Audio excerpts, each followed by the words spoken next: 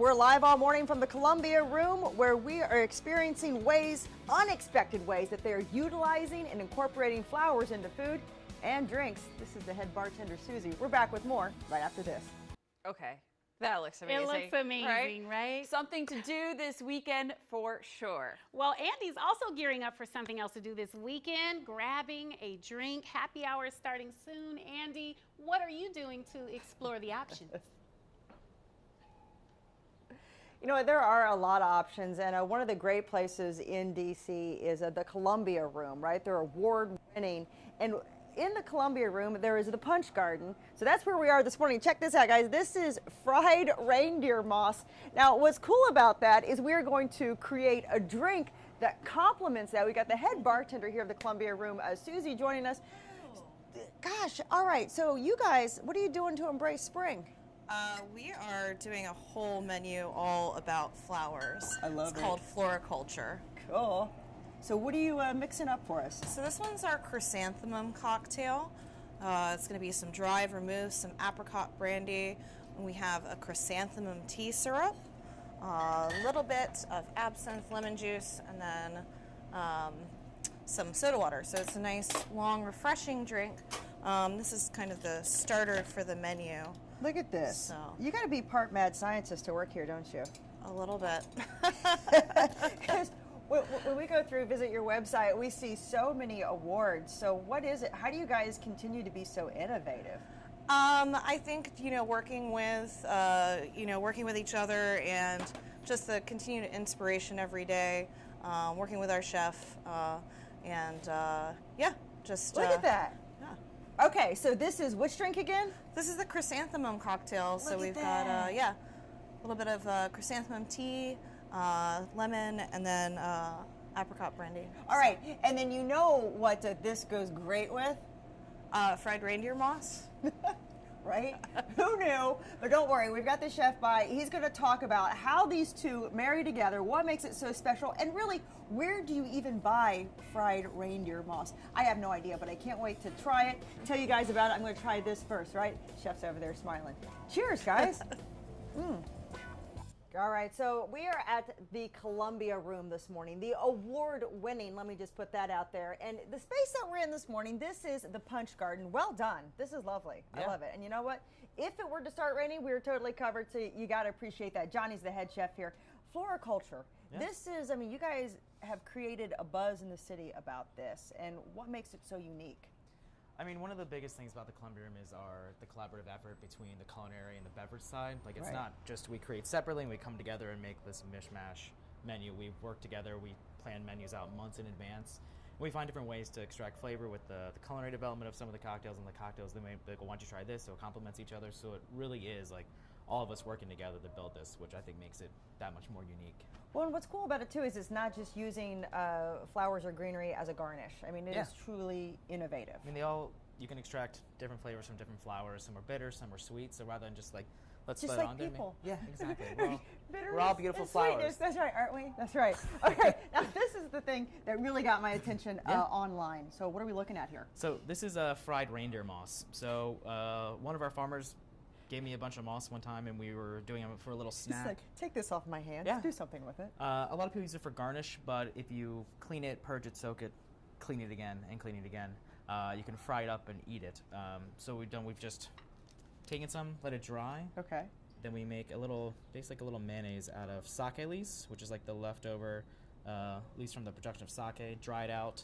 Oh my gosh, how do you come up with this and then stuff? And a little powder on top. So this is dried mushrooms and No some more way. sake leaves. So it ends up tasting like kind of in the best possible way, like a savory Cheeto.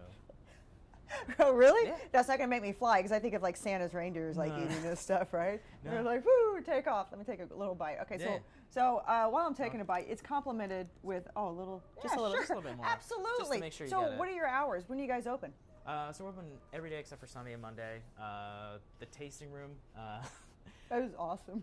we can book tickets online via Talk on our website. And we offer a 4-course tasting menu. You can come to the Punch Bar and get drinks. You can go to the a la carte bar, the Spirits Library. It's awesome. Guys, this is sort of light, airy, and it's got that really subtle veggie-like flavor to it. It's delicious. So we're back with more right after this. This is not coming back because I'm going to eat it. Good job, chef. So this morning we are at the Columbia Room, and I should say the award-winning Columbia Room at that. I'm here with the head bartender, Susie. We're in the Punch Garden. So you guys embracing spring full on. You're making a spring-inspired cocktail. Yeah, so this is going to be one of the courses from our cocktail tasting menu.